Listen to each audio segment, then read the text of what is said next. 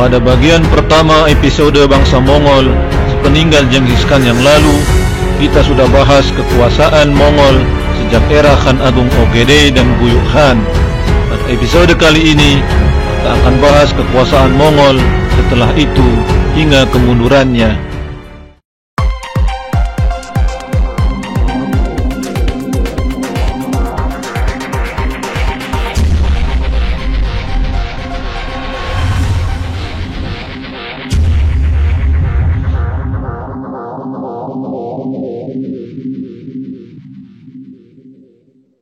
Setelah kematian Guyuk Khan, anak-anak Ogedei menyuarakan untuk mengangkat Siremun sebagai Khan Agung baru.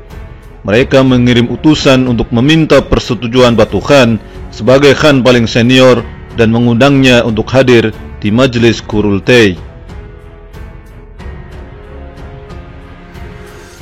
Batu Khan meminta maaf tidak bisa hadir karena kesehatannya dan mengajak supaya Majelis Kurultai diadakan di Kipchak, Golden Horde.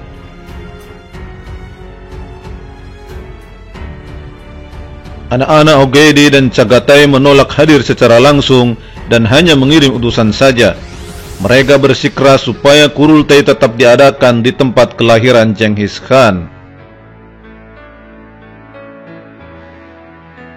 Akan tetapi Mongkei, anak dari Tolui, sangat berantusias untuk hadir ke Kipchak, dan akhirnya Majelis Kurultai menyepakati untuk mengangkat Mongkei sebagai Khan Agung Mongol berikutnya pada tahun 1251.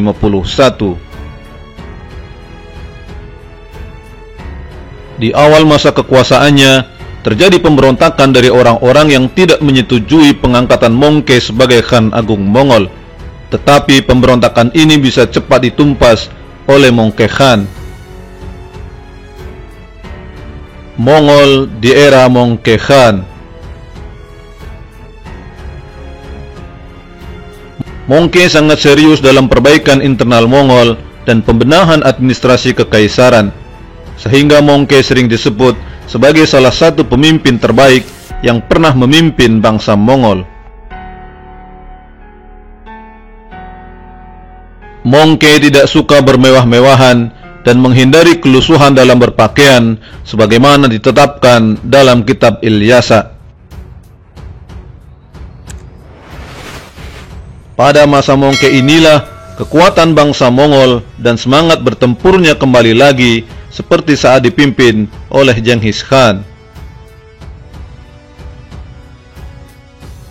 Berbeda dengan Guyuk Khan yang mengistimewakan orang Kristen, Mongkei Khan memperlakukan semua pemeluk agama dengan setara.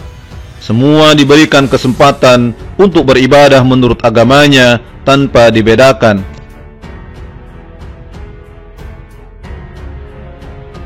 Khusus terhadap warga Muslim, Mongkei Khan memiliki kesan dan penghargaan yang lebih, terutama terhadap pemimpin dan para ulama Islam. Mongkei Khan mendirikan sekolah-sekolah Islam di Bukhara dan mengangkat Syekh Islam untuk memimpin kota tersebut, yaitu Syekh Saifuddin Al-Bakhrazi. Setelah aman dari rongrongan pemberontakan di Mongol, Mongkei Khan segera menyiapkan pasukan besar untuk menaklukkan negeri-negeri yang susah ditaklukkan sebelumnya.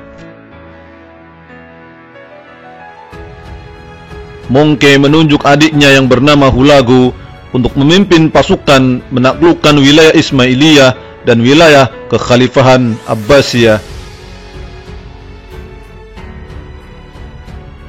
Mongkei juga menunjuk adiknya yang lain, yaitu Kubilai, untuk memimpin pasukan guna menaklukkan wilayah Cina bagian selatan.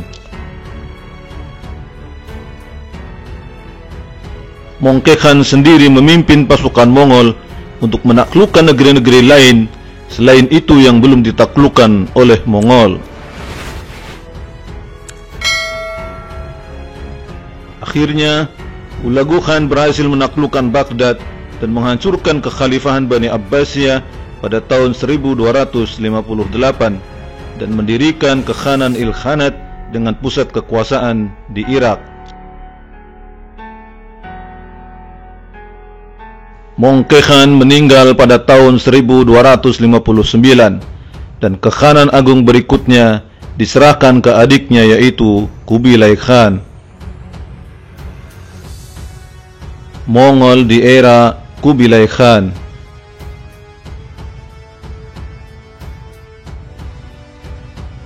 Saat Mongke Khan wafat, Kubilai Khan sedang melakukan penaklukan ke Cina di Sichuan dan Yunnan. Dan setelah dinobatkan sebagai Khan Agung, Kubilai Khan memindahkan ibu kota kekaisaran ke Cina dan mendirikan dinasti Yuan.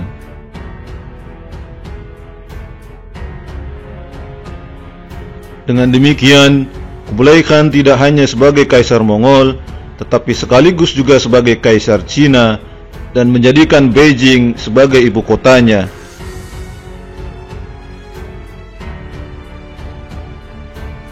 Pada saat itu, kerajaan Mongol mencapai zaman keemasannya, di mana pedagang dari Cina dapat pergi berdagang di Eropa dengan aman.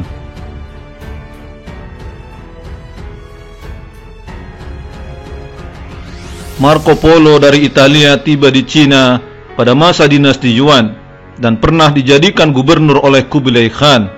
Hal inilah yang menandakan perdagangan langsung pertama kalinya muncul antara Eropa dan Cina.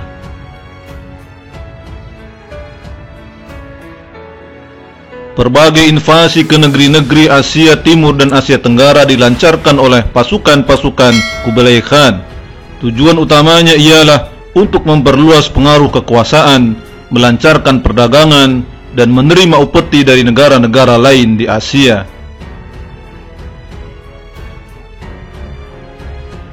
Beberapa invasi yang dilakukan oleh Kubilai Khan yaitu invasi ke Korea pada tahun 1273, invasi ke Jepang pada tahun 1274, invasi ke Vietnam pada tahun 1285, invasi ke Kamboja, ke Tibet, dan ke Thailand serta Myanmar pada tahun 1287, dan invasi ke Jawa pada tahun 1293. Saat penaklukan ke Tanah Jawa tahun 1293 ini, Tanah Jawa diperintah oleh Raja Sri Kertanegara dari Kerajaan Singasari. Ekspedisi pertama menemui kegagalan karena utusan Mongol disiksa oleh Sri Kertanegara dan pulang ke Mongol dengan kegagalan.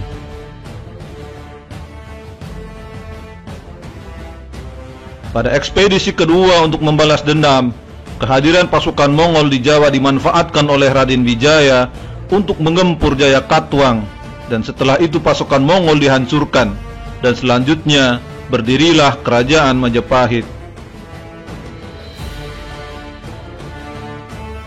Kubilai Khan wafat pada tahun 1294 di Khan Balik. Selanjutnya, Kekaisaran Mongol diteruskan oleh Temur Uljaitu Khan yang merupakan cucu Kubilai Khan.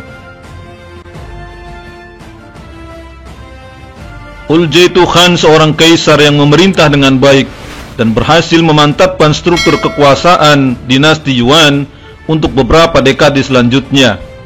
Ia memerintah Mongol hingga tahun 1307.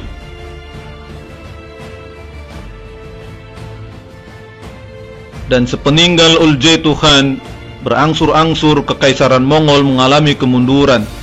Di antara sebabnya karena terjadinya perebutan kekuasaan di antara para pewaris kekaisaran, hal yang menjadikan kekuasaan Mongolia semakin melemah.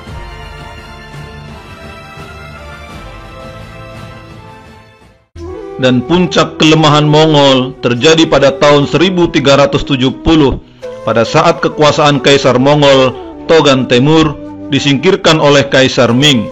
Maka pengaruh mereka di wilayah non-Tiongkok menjadi pupus sama sekali dan berakhirlah kekuasaan dinasti Yuan.